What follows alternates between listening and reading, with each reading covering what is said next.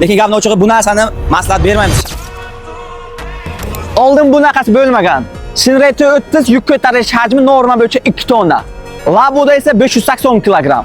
Norma bo'yicha yuk ortganda ikkala mashina o'zini qanday tutadi? Bugun shuni ko'rib chiqamiz. Bizda hozir labo yo'q. Laboni shu yo'ldan kelayotgan mashinalarni ushlaymiz. Ya'ni haqiqiy odzivni labo chakani o'zlari beradilar. Akalar biz odamiga tushibmiz. Bu akamiz labochi bo'ladigan Instagram sahifa yuritar ekanlar. Aka avvalo rozilik bildirganingiz uchun rahmat.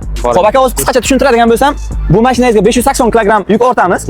Endi o'zingizdan baribir yuk ortganda o'zini qanday tutadi, o'zingizdan yaxshi bilasiz mashinani. To'g'ri. Bu mashinaga aka 2 tonna yuk yuklaymiz. Ya'ni normasi bo'yicha, har bittasini normasi bo'yicha yuk yuklaymiz. O'zi mashina o'zini qanday tutadi, real oddifizni o'zingiz berasiz.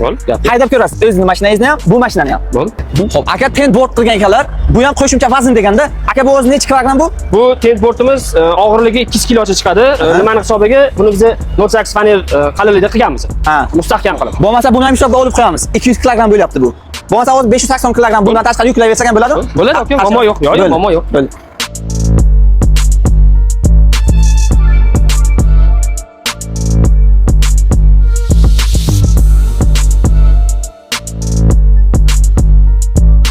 Hozir 550 kilo yukladik, azmi ko'rib turibmiz. Mashina ancha tushdi o'zi. Eksperiment boshladik.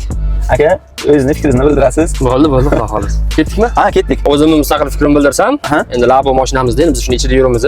Misol uchun yuk hajmiga qarab, endi hozir biz eksperiment bosdik-ku, tekis yo'lda istagan haydayapmiz-da.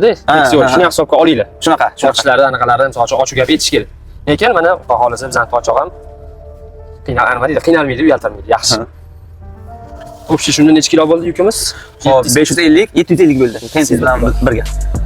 Xudo xolasa, sizlarning toychoq ham ortadigan yukni sezmasa kerak hozir bir. Buni ham sinovdan o'tkazib beramiz. Bo'ldi. Aka, assalomu alaykum. Assalomu alaykum. Hozir bu yerda qancha yuk bo'lyapti общий? Kilo? 1,5 tonna, bir qopi 50 kilodan. Bir qopi 50 kilodan 1,5 tonna. Bir qodonda 30 ta bo'ladi. Bo'ldi aka.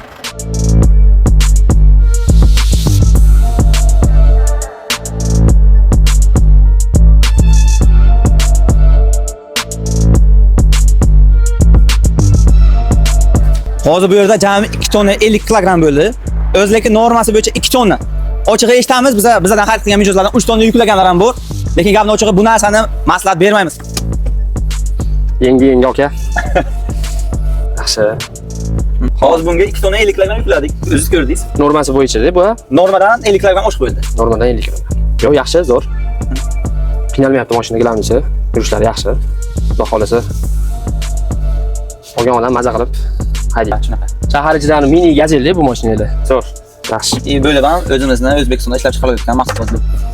Xo'p, bunga ko'rdingiz-a, 2 tonna 50 kilogramm yukladik. Bunga 550 kilogramm yukladik.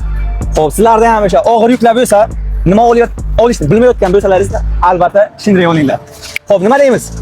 O'zi normasi bo'yicha 2 tonna. Shu norma bo'yicha yuklayveringlar. To'g'ri emas, 3 tonna yuklaganlar bu. Lekin shaxsan biz u narsani maslahat bermaymiz. Aka, sizga ham kattakon rahmat. Salomat bo'ling. Omadinglarni bersin, aka, sog' bo'linglar. Mayli. Charchamaylik.